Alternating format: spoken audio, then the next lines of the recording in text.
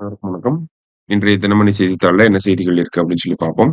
எடுத்தோனே பார்த்தீங்கன்னா, sports capital of India Tamil Nadu அப்படின்னு சொல்லி குடுத்திருக்காங்க. இந்தியாவின் விளையாட்டு தலைநகரம் தமிழ்நாடு அப்படின்னு சொல்லி.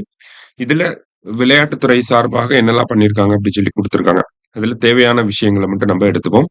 மாமல்லபுரத்துல வந்து பார்த்தீங்கன்னா, 44வது செஸ் ஒலிம்பியாட் போட்டிகள் நடைபெற்றுச்சு இல்லையா? அத பத்தி குடுத்திருக்காங்க. அதே மாரி விளையாட்டு வீரர்களுக்கு வந்து பார்த்தீங்கன்னா 3% இடஒதுக்கீட்டின் கீழ் மாற்றுத்திறனாளி விளையாட்டு வீரர்களுக்கு வந்து அரசு பணிகள வழங்கிட்டு இருக்காங்க. அடுத்தது செம்மஞ்சேரி அப்படிங்கிற பகுதியில உலக தரத்திலான ஒரு விளையாட்டு நகரம் அப்படிங்கிறது அமைக்கப்பட்டு வருது. அதே மாரி ஒவ்வொரு சட்டமன்ற தொகுதியிலயும் பார்த்தீங்கன்னா, சிறு விளையாட்டு அரங்கங்கள தமிழக அரசாங்கம் அமைச்சுக்கிட்டு இருக்காங்க. சரியா? அதே மாரி இந்தியாவிலேயே முதல் முறையா இந்த ஃபார்முலா 4 கார் பந்தயத்த தமிழ்நாட்டுல நம்ம சென்னையில வந்து நடத்தியிருந்தோம். ஓகேவா? அதே மாரி ஃபிக்கி அப்படிங்கிற இந்த அமைப்பு ஸ்போர்ட்ஸ் விருத வந்து வழங்கியிருக்காங்க. அதே மாரி confederation of Indian industry best state for promotion of sports அப்படிங்கிற விருத வழங்கியிருக்காங்க. இந்த மாரி ஸ்போர்ட்ஸ ப்ரமோட் பண்றதுக்கான பெஸ்ட் ஸ்டேட் அப்படிங்கிற அவார்ட நம்ம வாங்கிட்டு இருக்கோம். அதே மாரி சென்னை, மதுரை, திருச்சி மற்றும் நீலகிரி மாவட்டங்கள். ஓகேவா? சென்னை, மதுரை, திருச்சி, நீலகிரி. இங்க வந்து பார்த்தீங்கன்னா, ஒலிம்பிக் அகாடமி அப்படிங்கிறத ஓப்பன் பண்ண போறாங்க. ஸோ அதே மாரி பார்த்தீங்கன்னா, நமக்கு கலைஞர் ஸ்போர்ட்ஸ் கிட் ஸ்கீம் அப்படிங்கிறது இருக்கு. நம்ம துணை முதலமைச்சர் லான்ச் பண்ணியிருப்பாரு. ஸோ இந்த மாரி பல திட்டங்கள் இருக்கு. இந்த பல திட்டங்கள் வாயிலாக ஸ்போர்ட்ஸ ப்ரமோட் பண்றாங்க அப்படின்னு சொல்லி குடுத்துருக்காங்க. இப்ப ஸ்போர்ட்ஸ் கிட் ஸ்கீம்ல வந்து பார்த்தீங்கன்னா, ஆ 2024 பிப்ரவரில கொண்டு வந்திருப்பாங்க. கிட்டத்தட்ட அந்த ஸ்போர்ட்ஸ் கிட்ல வந்து பார்த்தீங்கன்னா, 33 ஸ்போர்ட்ஸ் ஐட்டம்ஸ் வந்து இருக்கும். சரிங்களா? ஸோ இதெல்லாம் குடுக்கறது மூலியமா விளையாட்டு வீரர்களுக்கு உதவி பண்றாங்க. அடுத்தது ஈரான் மீது அமெரிக்கா, இஸ்ரேல் கூட்டு தாக்குதல் அப்படின்னு சொல்லி குடுத்துருக்காங்க. இத பத்தி நம்ம ரீல்ஸ் எல்லாருமே பார்த்திருப்பீங்க. அமெரிக்காவும், இஸ்ரேலும் சேர்ந்து ஈரான வந்து அட்டாக் பண்றாங்க. சரியா? ஸோ ஈரானுடைய சுப்ரீம் லீடர் அயத்தொல்லா அலி கமேனி அப்படிங்கிறவரு இறந்து போயிட்ட செய்தியும் இன்னைக்கு காலையில வந்திருக்கு. ஸோ ஒரு பதட்டமான சூழல் நிலவிட்டு இருக்கு அப்படிங்கிறத புரிஞ்சுக்க முடியுது.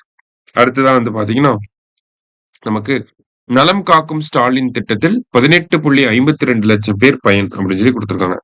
நலம் காக்கும் ஸ்டாலின் அப்படிங்கிற திட்டம் எப்ப கொண்டு வராங்க அப்படின்னு சொல்லி பார்த்தீங்கன்னா, ஆகஸ்ட் 2, 2025ல கொண்டு வராங்க. இந்த திட்டத்துக்கு கீழ பார்த்தீங்கன்னா, ஒவ்வொரு சனிக்கிழமையும் எவ்ரி சாட்டர்டே என்ன பண்றாங்கன்னா, மெடிக்கல் கேம்ப் வந்து ஆர்கனைஸ் பண்றாங்க. எவ்ரி சாட்டர்டேங்கிறது ரொம்ப முக்கியம். சரியா? இந்த டைப்ல தான் கொஸ்டின் கேட்பாங்க. ஸோ ஆகஸ்ட் 2, 2025ல திட்டம் அறிவிக்கப்படுது. எவ்ரி சாட்டர்டே என்ன பண்றாங்கன்னா, இந்த திட்டத்துக்கு கீழ மருத்துவ முகாம்கள வந்து அமைக்கிறாங்க. சரிங்களா? ஸோ இந்த திட்டத்துக்கு கீழ 17 சர்வீசஸ் வழங்குறாங்க. ஸோ மருத்துவம் சார்ந்த சர்வீசஸ் பண்றாங்க.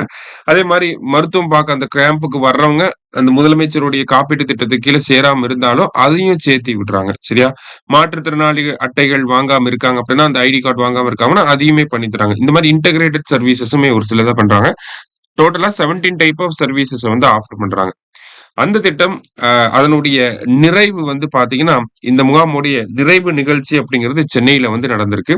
கிட்டத்தட்ட இந்த திட்டத்துக்கு கீழ பார்த்தீங்கன்னா, 18.52 லட்சம் பேர் வந்து பயனடைஞ்சிருக்காங்க அப்படிங்கிற செய்திய இங்க குடுத்திருக்காங்க. சரியா? ஸோ நலம் காக்கும் ஸ்டாலின் அப்படிங்கிற திட்டம் ஆகஸ்ட் 2, 2025 எவ்வளவு பேர் பயனடைஞ்சிருக்காங்க அப்படின்னா, 18.52 லட்சம் பேர் பயனடைஞ்சிருக்காங்க.